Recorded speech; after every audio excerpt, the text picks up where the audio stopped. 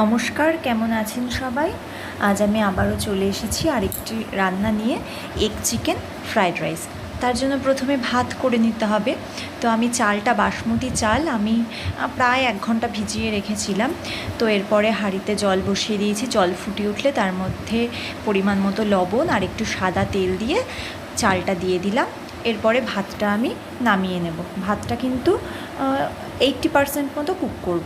এরপরে সবজিটা ভেজে নেব। আমি সবজি নিয়েছি গাজর, বিনস আর ক্যাপসিকাম।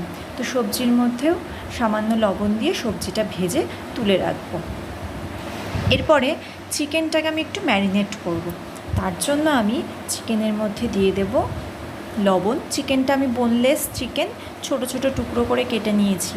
তো চিকেনের মধ্যে লবণ দেওয়ার পরে দিয়ে দিলাম আদা, রসুন, কাঁচা লঙ্কার পেস্ট আর সামান্য একটুখানি ভিনিগার আর সয়া সস। তো এখানে গোলমরিচ গুঁড়োও কিন্তু দেওয়া যেতে পারে, আমি সেটা দিইনি। এরপরে চিকেনটা সামান্য তেলে ভেজে তুলে নিলাম। এবার একটা ডিম ভুজিয়া করে নেব। তো ডিমটাও আমি দিয়ে দিয়েছি কড়াইতে। ডিমটা এবার ভাজা হয়ে গেছে, তুলে রাখবো। এরপরে রাইসটাকে ফ্রাই করার জন্য আমি একটা প্যানের মধ্যে সামান্য তেল দিয়ে নিলাম। তার মধ্যে দিয়ে দেবো রসুন কুচি আর পেঁয়াজ কুচি। রসুন কুচি আর পেঁয়াজ কুচিটা হালকা ভাজা হয়ে গেলে ওর মধ্যে আমি আগে থেকে যে সবজিটা রেডি করেছিলাম, ভেজে তুলে রেখেছিলাম, সেটা দিয়ে দেব।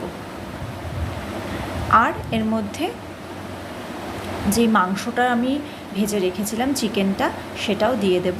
আর দিয়ে দেবো ডিমটা। এবার সব কিছু একবার হালকাভাবে নেড়ে চেড়ে নিয়ে ওর মধ্যে এবার আগে থেকে রেডি করে রাখা বাসমতি চালের ভাতটা দিয়ে দেব। এবার সব কিছুর সাথে ভাতটা একবার হালকাভাবে মিশিয়ে নেব, নাহলে কিন্তু ভাত ভেঙে যেতে পারে।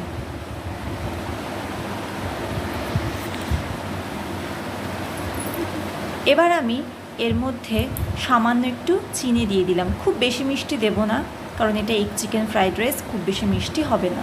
আর দিয়ে দেব সামান্য একটু সয়া সস। আবারও খুব হালকাভাবে সব কিছু একবার মিশিয়ে নেব। এরপরে দিয়ে দেব গোলমরিচের গুঁড়ো।